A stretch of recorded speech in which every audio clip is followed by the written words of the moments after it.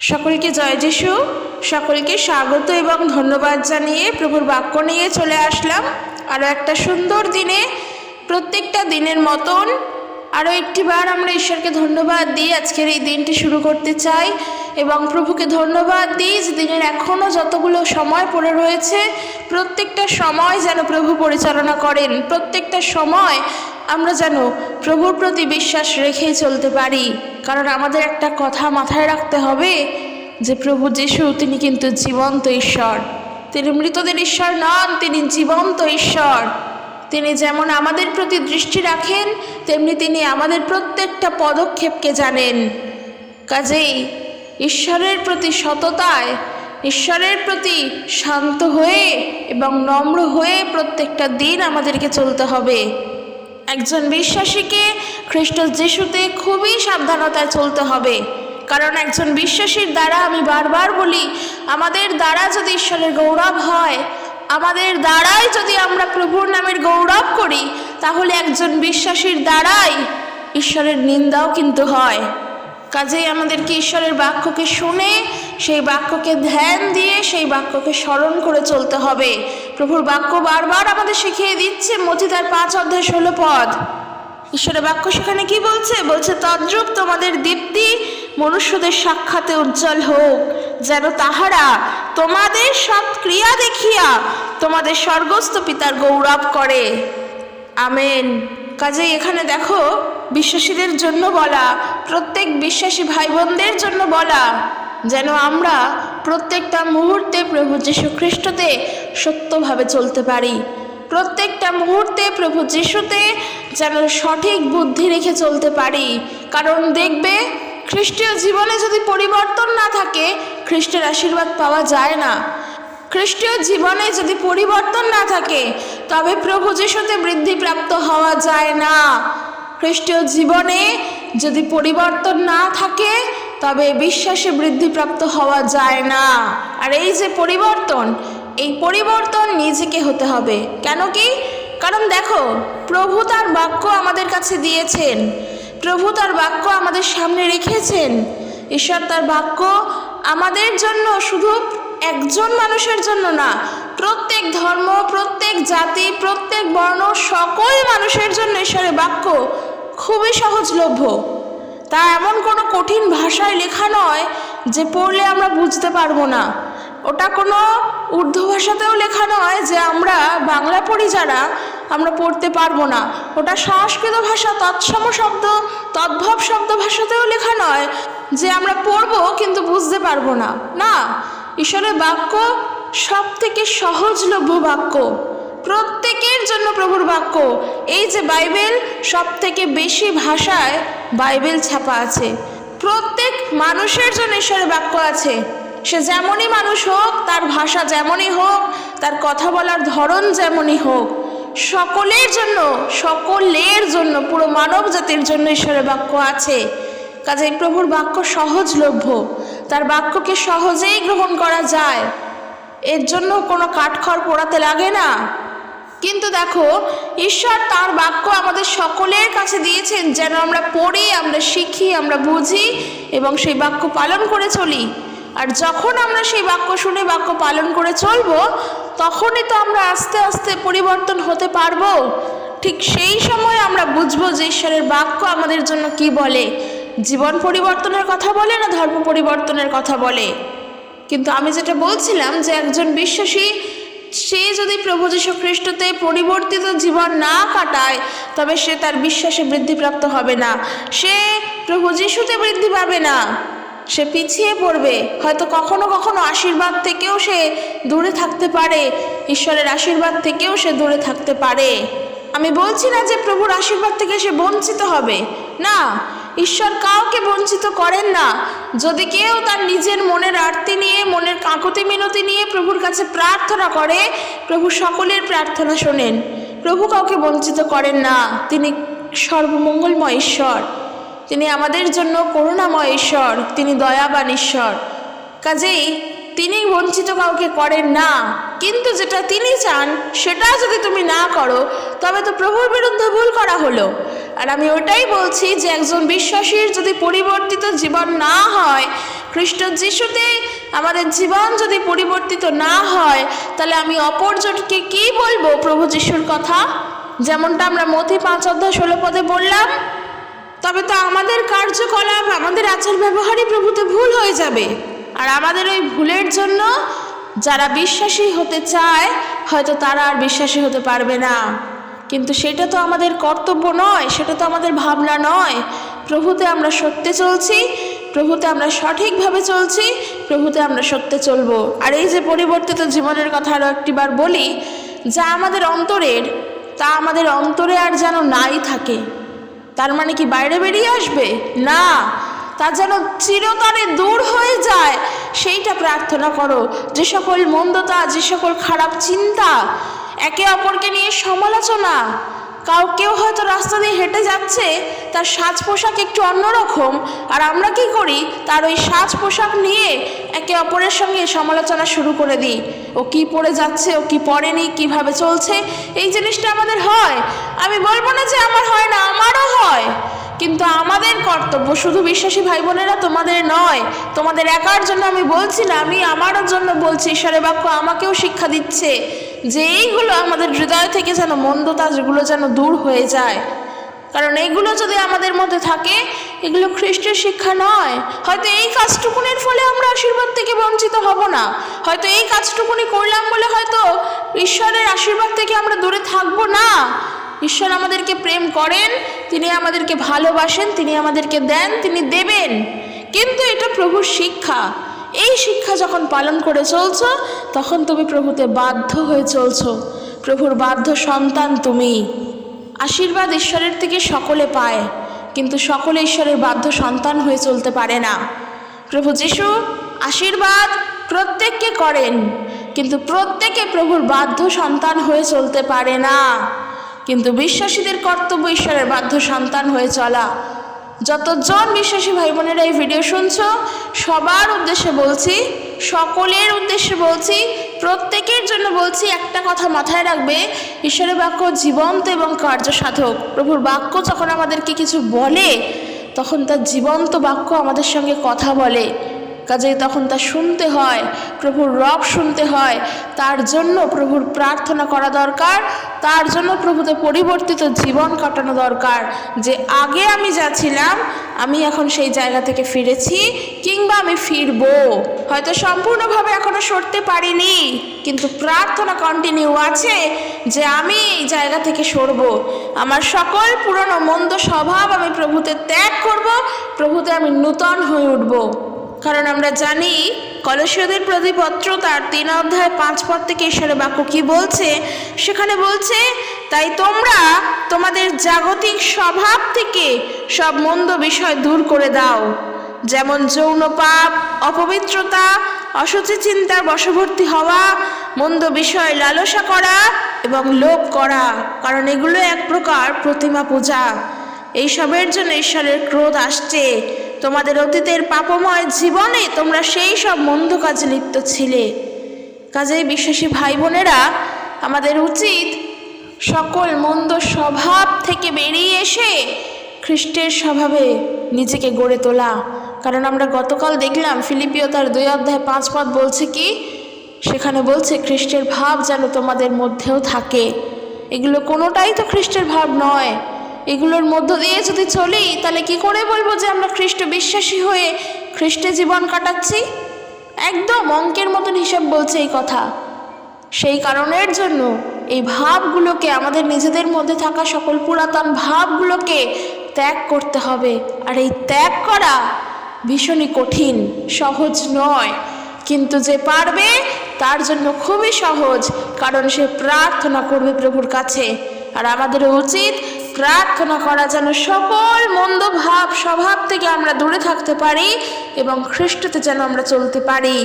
কারণ এখানে একটা কথা বলে রাখি, খ্রিস্ট বিশ্বাসী আমরা তো মূর্তি পূজা করি না, আমরা প্রতিমা পূজা করি না। কারণ আমরা জানি ঈশ্বর একজন, তার উপরে আমরা নির্ভর করি। আমরা মূর্তি পূজার বিশ্বাসী নই, খ্রিস্ট বিশ্বাসী। আমরা খ্রিস্টকে বিশ্বাস করি। কিন্তু এই যে লোভ, লালসা, অপবিত্রতা, অসুচিতা, এগুলো যদি আমাদের মধ্যে থাকে, এগুলোই এক একটা প্রতিমা পূজা। যারা এই লোভের মধ্য দিয়ে, অপবিত্রতার মধ্য দিয়ে, অশুচিতার মধ্য দিয়ে চলে, তারা প্রতিমা পূজা করেই চলে। প্রতিমা পূজা মানে শুধু মূর্তি পূজা নয়। ঈশ্বরের বাক্য বলছে এই লোভ এক প্রকার প্রতিমা পূজা।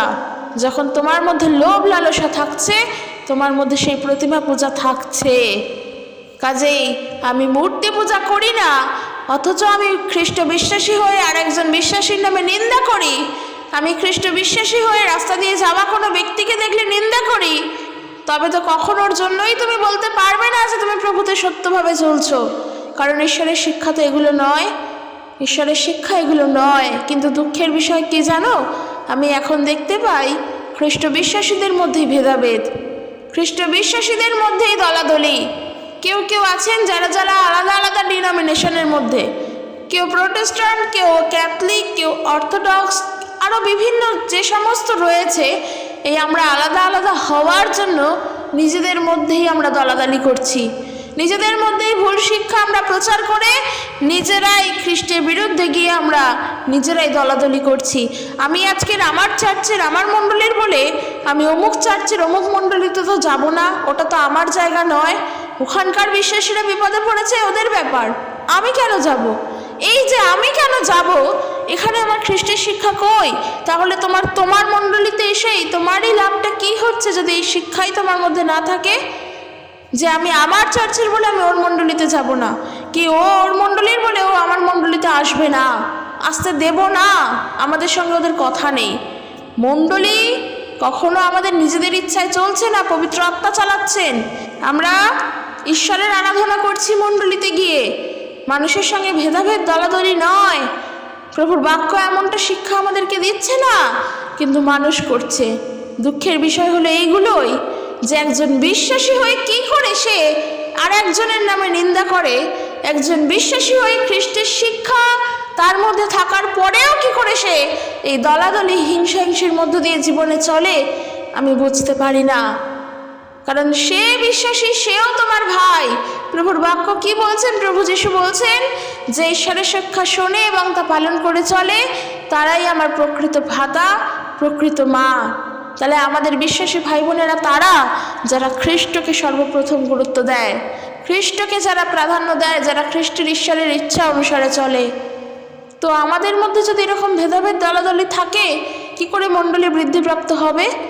কোনো দিনের জন্য হবে না।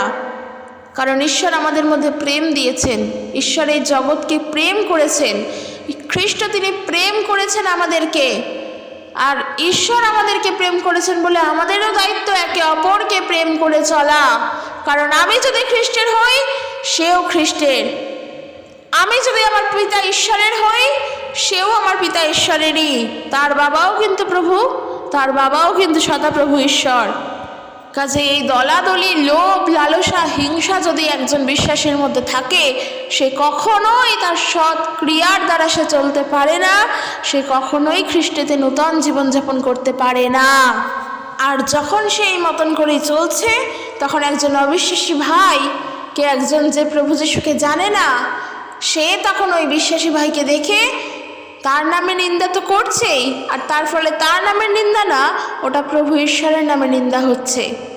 কারণ সে তো জানে যে ওই ব্যক্তি খ্রিস্টান, সে তো জানে ওই ব্যক্তি প্রভু যীশু খ্রিস্টের পথে চলে। তাহলে সে যদি খ্রিস্টের পথে চলেই এরকম দলাদলি হিংসাহিংসি করে, তাহলে আরও 5 জন মানুষ যারা প্রভু যীশুকে এখনও জানেনি, তারা তো এক চান্সে নিন্দা করবে। সুযোগটা কে করে দিল? তাহলে ওই খ্রিস্ট বিশ্বাসী সুযোগটা করে দিল যেন মানুষ তাকে দেখে নিন্দা করে। আর তার নামের নিন্দা মানে প্রভুর নামের নিন্দা করা, কারণ ওই ব্যক্তি প্রভুর গৌরব করে। তো ওই জন্য বলছি, একজন বিশ্বাসীর দ্বারা কিন্তু ঈশ্বরের গৌরব যেমন হয়, তেমনি ঈশ্বরের নিন্দাও হয়। শুধুমাত্র যারা খ্রিস্টের বিরুদ্ধাচরণ করছে, যারা প্রভু যিশুকে জেনেও মানতে চায় না, তারাই যিশুর নিন্দা করছে, এমনটা কিন্তু নয়। একজন খ্রিস্ট বিশ্বাসীর দ্বারাও হয়, তার অজান্তেই হয়তো হয়। তাই বলবো, প্রার্থনা করি যেন সব সময় প্রভুতে আমরা সৎ ক্রিয়ার দ্বারা চলতে পারি। প্রার্থনা করি যেন সব সময় প্রভুতে সত্যভাবে চলতে পারি। কারণ আমরা হয়তো হাল ছেড়ে দিই, হয়তো যেখানে আমাদের করার কিছু থাকে না, সেইখানে আমরা প্রভুর ওপরেই ভরসা করি। হয়তো এই জায়গায় এসেও আমাদের কিছু করার নেই, আমাদের সমস্ত স্বভাব আমরা নিজেরা পরিবর্তন করতে পারবো না। তার জন্য দরকার দীর্ঘদিনের প্রার্থনা। প্রয়োজন পড়লে উপবাস প্রার্থনা করো, যেন প্রভু আমাদেরকে সেই মন্দ স্বভাব থেকে বের করে নিয়ে আসেন। আমরা যেন প্রেমে শান্তিতে একে অপরের সঙ্গে চলতে পারি, কারণ ঈশ্বর এগুলো দেখেন। যখন আমাদের হাতে আর নেই, আমরা প্রভুর ওপরে ছাড়বো সেই বিষয়টা নিয়ে। আর ঠিক এই জায়গায় এসেই আমাদের আরও একটা বিষয় আসে, যে যখন আমরা নিজেরা সঠিকভাবে চলতে পারি না, ওই সময়গুলোতেই আমরা মন্দের পথ নিই, আমরা খারাপের পথে দিকে দৌড়ই। যেই সময়গুলো আমরা প্রভুতে চলতে পারি না, ওই সময়গুলোতেই আমরা ভুল পথে দৌড়াই। আর ঠিক তখন আমাদের উচিত, যখন আমরা বুঝবো যে না, এই জিনিসটা আমার জন্য ঠিক নয়, পবিত্র আত্মা যখন আমাদেরকে স্মরণ করিয়ে দেবেন যে এই জিনিসটা আমাদের জন্য ঠিক নয়, তখন আমাদের কি আসে? চোখের জল আসে, প্রার্থনা আসে যে প্রভু তবে আমি কি করব, আমাকে পথ দেখাও। আর ঠিক সেই সময় আমি বলতে চাই, দাউদের এই প্রার্থনা প্রভুর কাছে করো, যেমন গীত সংগীতায় দাউদ প্রার্থনা করছেন। তো চলো দেখা যাক ঈশ্বরের বাক্য থেকে গীত সংগীতা তার 86 সংখ্যার গীত 1 পদ থেকে। দেখো দাউদের প্রার্থনায় তিনি এমন প্রার্থনা করছেন, আমি একজন দীন অসহায় মানুষ, প্রভু আমার কথা দয়া করে শুনুন এবং আমার প্রার্থনার উত্তর দিন। প্রভু আমি আপনার অনুগামী, অনুগ্রহ করে আমায় রক্ষা করুন।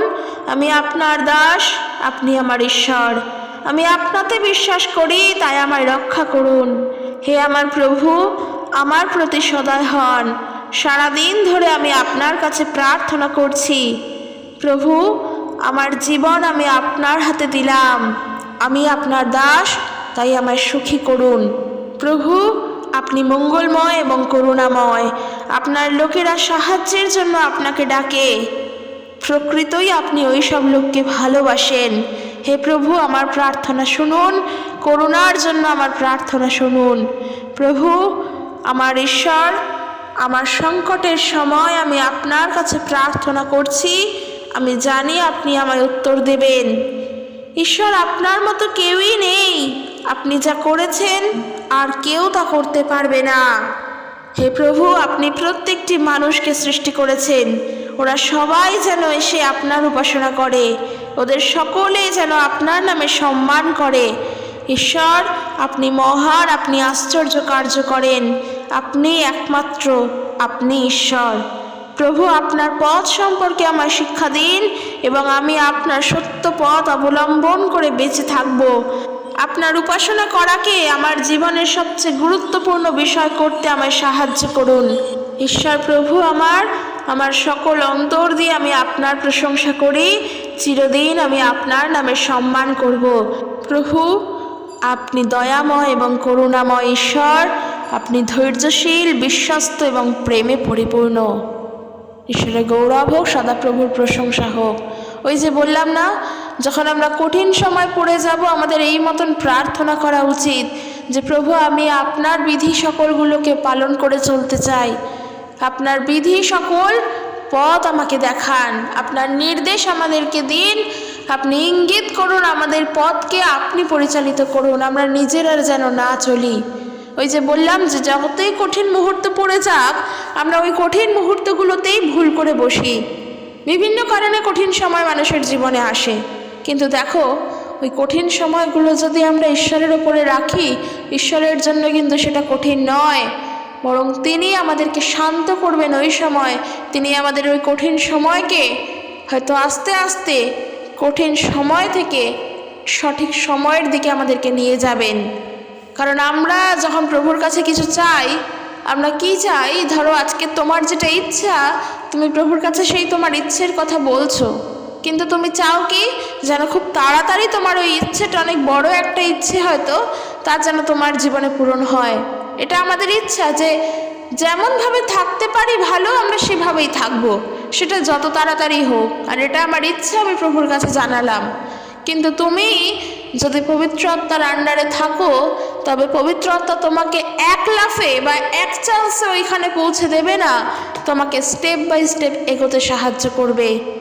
অর্থাৎ আমরা বিশ্বাসীরা তো পবিত্র আত্মার সাহায্যে চলছি, যা যা করছি প্রভুর গৌরব করছি, প্রভুর প্রশংসা করছি, প্রভুর বাক্য বলছি, বাক্য প্রচার করছি, বাক্য শুনছি, বাক্য মনে রাখছি, বাক্য একে অপরের সঙ্গে শেয়ার করছি, সবটা যতজন যা যা প্রভুর কাজ করছে সবটা পবিত্র আত্মার সাহায্যে। পবিত্র আত্মার সাহায্য ছাড়া প্রভু ঈশ্বরের গৌরব করা সম্ভব নয়। তো আমরা পবিত্র আত্মার সাহায্যেই যখন চলছি, পবিত্র আত্মা আমাদেরকে পরের ধাপগুলো এগিয়ে দিচ্ছে, পরের ধাপগুলোতে পৌঁছে নিয়ে যাচ্ছে। অর্থাৎ তোমার স্বপ্ন যদি একটা বড় হয়, তোমার চোখের সামনে যদি একটা বড় ছবি রাখা থাকে, তোমার ডেস্টিনেশন যদি ওই বড় ছবি হয়, পবিত্র আত্মা তোমাকে এক লাফে ওই বড় ছবিতে নিয়ে যাবে না।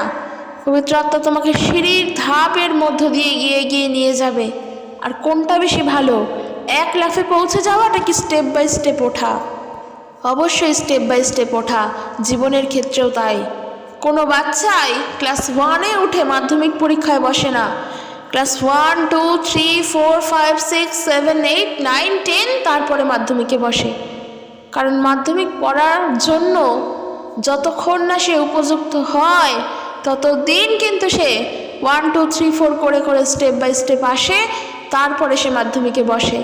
ঠিক সেই মতন একজন বিশ্বাসীকে পরিচালনা করছে পবিত্র আত্মা। একজন বিশ্বাসীর জীবনের চালনার দায়িত্ব পবিত্র আত্মার।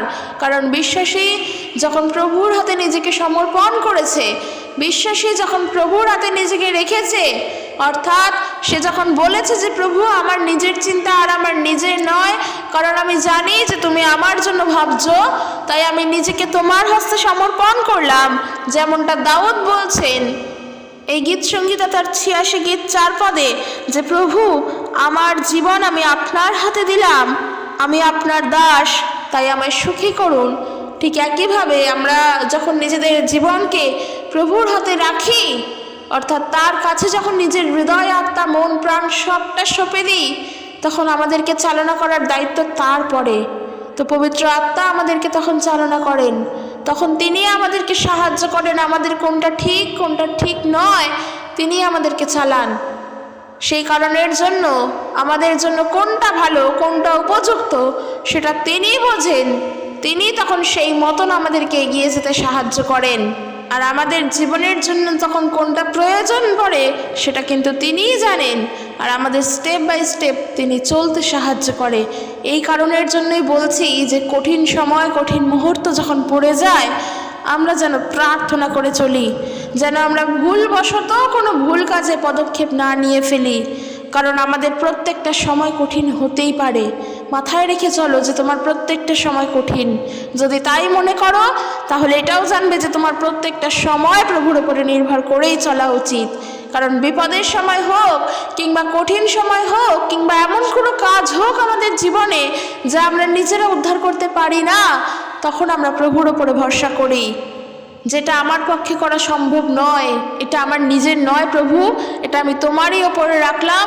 তুমি ওই সময়গুলো দিয়ে আমাকে চালনা করবে, তুমি তোমার বুদ্ধি দ্বারা, তোমার জ্ঞান দ্বারা, তোমার প্রজ্ঞার দ্বারা আমাকে চালনা করবে। আমি নিজে কিছুই করব না, আমি শুধু নিজেকে তোমার হস্তে রাখলাম। অর্থাৎ কি, তখন আমরা তাকে অনুমতি দিলাম যে তুমি আমার জীবনে কাজ করো। আমাদের অনুমতি পেয়েই কিন্তু তিনি কাজ করেন। একজন বিশ্বাসীর পাওয়ার অনেক। একজন খ্রিস্ট বিশ্বাসীর কাছে যা আছে জগতের অন্য মানুষদের কাছে তা নেই। কারণ আমাদের কাছে পবিত্র আত্মা আছে। পবিত্র আত্মার শক্তি মহাশক্তি। ঈশ্বর আমাদের সঙ্গে, প্রভু যীশু আমাদের সঙ্গে। কাজেই একজন খ্রিস্ট বিশ্বাসীর সঙ্গে যা আছে তা সকলের কাছে নেই। তাই একজন খ্রিস্ট বিশ্বাসী হয়ে বাক্য অনুযায়ী বাক্য বলছে, যে কেহ শ্লাঘা করে সে প্রভুতেই শ্লাঘা করুক, যেন আমরা প্রভুতেই গর্ব করতে পারি।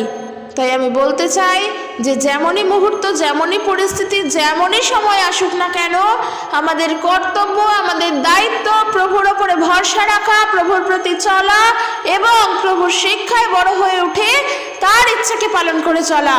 যতই কঠিন মুহূর্ত আসুক আমরা ঈশ্বরের পথ থেকে নড়ছি না, যতই খারাপ মুহূর্ত আসুক প্রভুর পথ থেকে আমরা সরব না। কারণ আমরা নিজেরা প্রভুর উপরে নিজেদেরকে সমর্পণ করেছি। খ্রিস্টতে আমরা নতুন জীবন কাটাতে চাই। হিংসা, লোভ, লালসা, দ্বন্দ্ব থেকে দূরে থেকে প্রভুতে আমরা নূতন হয়ে চলতে চাই। আর তার জন্য প্রার্থনা করতে হবে। কেউ নিজের থেকে পরিবর্তন তো হতে পারে না, কিন্তু একাধারে দেখতে গেলে মানুষ নিজের থেকেই পরিবর্তন হয়। যখন ঈশ্বরের বাক্য ঈশ্বর আমাদের সামনে দিয়ে দিয়েছেন, তার বাক্য যখন শুনে আমাদেরকে চলতে বলা হয়েছে, তুমি যখন সেই বাক্য পড়ছো, তখন তোমার উচিত কি ওই বাক্যকে শুনে তা মনে রেখে তা পালন করে চলা। আর যদি মনে রাখতে না পারো, তার জন্য প্রার্থনা করা। অনেকেই আছো তোমরা বলো যে ঈশ্বরের বাক্য পড়ি ঠিকই, কিন্তু মনে রাখতে পারি না। ঈশ্বরের বাক্য পড়ি কিন্তু স্মরণে আসে না। তাহলে বলবো তোমরা পবিত্র আত্মাতে দুর্বল। কেন প্রভুর আত্মাতে দুর্বল? কেন তোমরা পবিত্র আত্মাতে দুর্বল? কারণ প্রভু যিশু যা যা শিক্ষা দিয়েছেন সে সব কিছু স্মরণ করিয়ে দেওয়ার দায়িত্ব পবিত্র আত্মার। প্রভু যিশু এই কথা বলেছেন, পবিত্র আত্মা আমাদেরকে সব কিছু স্মরণ করিয়ে দেয়। তাহলে যখন বিপদ আসে, যখন আমাদের সমস্যা আসে, যখন আমাদের সামনে প্রলোভন আসে, পরীক্ষা আসে, তখন কেন আমাদের ঈশ্বরের বাক্য মনে পড়ে না? তাহলে নিশ্চয়ই পবিত্র আত্মাকে আমরা আমাদের জীবনে কাজ করতে দিই না। আমরা প্রার্থনা করে বলি না যে তুমি আমার জীবনে কাজ করো। আমরা প্রার্থনা করে বলি না যে তুমি তোমার ইচ্ছা অনুসারে আমাকে চলো। আমরা প্রার্থনা করে বলি না যে আমি নিজেকে তোমার উপরে রাখলাম, আমি নিজে কিছু চিন্তা করব না, তুমি আমার জন্য চিন্তা করো। একবারের জন্য হয়তো এগুলো আমরা প্রার্থনা করি না, তাই ঈশ্বরের বাক্য আমাদের মনে পড়ে না। পবিত্র আত্মাকে অনুমতি দিতে শিখুন আজকের থেকে যে আমার জীবনে তুমি কাজ করো, তোমার ইচ্ছা অনুসারে তুমি আমার জীবনে কাজ করো। যেটা আমি চাই সেটা আমি চাইবো না, অর্থাৎ যেটা আমি চাই সেটা আমার জন্য যেন না হয়, তোমার ইচ্ছা আমার জন্য যেন পূর্ণ হয়। কিন্তু বিশ্বাসী ভাই বোনেরা, আমাদের এটা হয় না। কেন হয় না? কারণ এইখানে এসেই আমরা গণ্ডগোলটা করে ফেলি। যেটা আমার ইচ্ছা সেটা প্রভুর কাছে বলি যে প্রভু সেটা যেন আমার হয়, কিন্তু তখন বলি না যে প্রভু তোমার ইচ্ছে যেন আমার জীবনে হয়। কারণ আমরা তখন ভাবি যে ঈশ্বরের ইচ্ছে তো আমার জন্য অন্য কিছু, কাজে আমার যেটা ইচ্ছা সেটা আমার জীবনে যদি হয় তাহলে এটা ভালো হয়। কিন্তু এটা যদি ঈশ্বর না চায় তাহলে তো এটা আমার সঙ্গে ঘটবে না, তাহলে তো এটা আমার জন্য ভালো হবে না, আমি তো তবে কষ্ট পাবো। এই জিনিসটা আমাদের মধ্যে হয়, অর্থাৎ আমরা নত হই না ওইখানটাতে এসে। আমি একটু উদাহরণস্বরূপ বলতে চাই, ধরো আজকের তোমার ইচ্ছা একটা কাজের, আর অবশ্যই ওই কাজটার সঙ্গে প্রভুর কোনো যোগাযোগ নেই, মানে তা অন্যরকম কাজ যেখানে ঈশ্বরের কোনো প্রশংসা নেই, আলাদা কাজ। অনেক কাজ আছে আলাদা কাজ, তো ওখানে মাইনে খুব ভালো, তোমার ইচ্ছা ওই কাজের, তুমি প্রভুর কাছে প্রার্থনা করছো প্রভু ওই কাজটা আমার খুব দরকার, ওখানে স্যালারি খুব ভালো, আমি শান্তিতে সুখে বাস করতে পারবো, ওই চাকরিটা যেন আমি পেয়ে যাই। এইরকম একটা প্রার্থনা আমাদের থাকে, প্রভু দিয়েও দেন আমাদেরকে, আমাদের কথা শুনে তিনি আমাদের প্রার্থনার উত্তরও দেন, আমরা পেয়েও যাই। কিন্তু একবারও সেই সময় যখন প্রার্থনা করি তখন যেন এই মনোভাব নিয়ে আমরা প্রার্থনা করি না যে প্রভু আমি জানি না ওই চাকরিটা আমার জন্য ঠিক কিনা, আমার তো খুব পছন্দ, তার স্যালারিও খুব ভালো, কিন্তু ওটা আমার জন্য কি ঠিক আমি তো জানি না, তুমি জানো, তাই ওইটা পাবো কি না পাবো, ওটা হবে কি না হবে, তোমার ইচ্ছাতেই সেটা হোক, তোমার ইচ্ছাই আমার জীবনে পূর্ণ হোক। তখন আর আমরা এটা প্রভুর কাছে বলি না, কারণ সেখানে যদি ঈশ্বরের ইচ্ছা না থাকে আমরা এটাও জানি যে ঈশ্বরের ইচ্ছা ছাড়া কিছুই হয় না।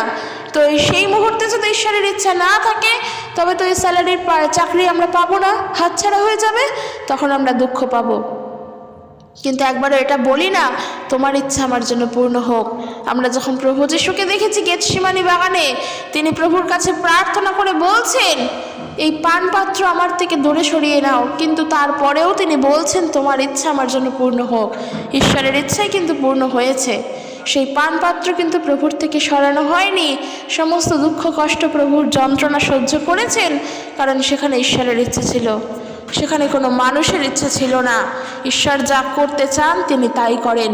আর আমি ওটাই বলতে চাই, যেন সব সময় প্রার্থনা করবে প্রভু যেন তার ইচ্ছা আমাদের জন্য পালন করেন, প্রভু যেন তার ইচ্ছা অনুসারেই আমাদেরকে চালনা করেন।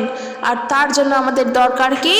সব সময় প্রভুর ওপরে বিশ্বস্ত থেকে চলা। কারণ ঈশ্বরের যদি সংজ্ঞা বলো, ঈশ্বর কি?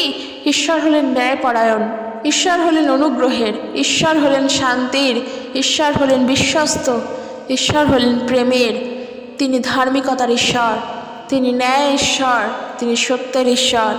তাই সেই সত্যের উপরে নির্ভর করো, তার উপরে বিশ্বস্ত থাকো, কারণ তাকে বিশ্বাস করা যায়। এই যে ঈশ্বরের বাক্য বলছে, দেখো গীতসংগীতা তার 86 গীত 15 পদে, প্রভু, আপনি দয়াময় এবং করুণাময় ঈশ্বর। আপনি ধৈর্যশীল, বিশ্বস্ত এবং প্রেমে পরিপূর্ণ। প্রভুর ওপরে নির্ভর রাখো। খ্রিস্টতে নতুন জীবনযাপন করতে গেলে প্রভুর ওপরে ভরসা রাখো। কঠিন সময়, কঠিন মুহূর্ততে এই মতন করে প্রার্থনা করো, যেমনটা দাউদের থেকে আমরা শিখলাম, গীতসংগীতা থেকে শিখলাম। কঠিন মুহূর্তে হাঁটার জন্য ঈশ্বরের উপরে নির্ভর থাকো। ঈশ্বরের উপরে নির্ভর থাকো, নিজেকে সম্পূর্ণরূপে প্রভুর হস্তে সমর্পণ করো। জগতে যে যতই যাই করুক, যত টাকা ইনকাম করুক, যত টাকা স্যালারি পাক, যদি তার জীবনযাপন ঈশ্বরের ইচ্ছে অনুসারে না হয়, ঈশ্বরের বাধ্যতায় না হয়, তবে সেই ব্যক্তি যাই করুক না কেন নিটফল জিরো হয়ে যায়। কিন্তু একটা কথা মাথায় রাখবে, বিশ্বাসীদের জন্য তা নয়। বিশ্বাসীদের রোজগার কম হোক, আর্থিক অবস্থা কম হোক, কিন্তু বিশ্বাসীদের কাছে যা আছে তা জগতের সবার কাছে নেই। তার জন্য সব সময় মাথায় রাখা দরকার ঈশ্বরকে প্রাধান্য দিয়ে চলা, প্রভুর ওপরে গুরুত্ব দেওয়া, কারণ প্রভু আমাদেরকে সব কিছু দেন। তাকে ছাড়া কোনো কিচ্ছু হওয়া সম্ভব নয়। তাই আমি বলতে চাই যে বিশ্বস্ততায় চলো, প্রভুর ওপরে ভরসা রেখে চলো, কঠিন সময় প্রভুতেই নির্ভর করো, অন্য কারোর ওপরে নয়, এবং খ্রিস্টতে নূতন জীবনযাপন করো, খ্রিস্টের শিক্ষা অনুসারে চলো। আজকের অনেকগুলো বিষয় আমি বললাম, কোনো একটা নির্দিষ্ট বিষয় নিয়ে কিন্তু আজকের আমি বলিনি।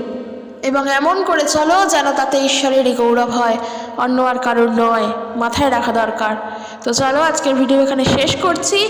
দেখা হবে নেক্সট একটি ভিডিওতে। সকলে সুস্থভাবে থাকো। খ্রিস্টের প্রেম, শান্তি, ভালোবাসা প্রত্যেকের প্রতি বর্তুক। আর যদি ভিডিওটি ভালো লেগে থাকে অবশ্যই লাইক, কমেন্ট করতে ভুলো না, আর ভিডিওটি শেয়ার করে দিও প্রত্যেকের কাছে। ঈশ্বর তার আপন বাক্যে প্রত্যেককে আশীর্বাদ যুক্ত করুক। জয় যিশু। Praise the Lord.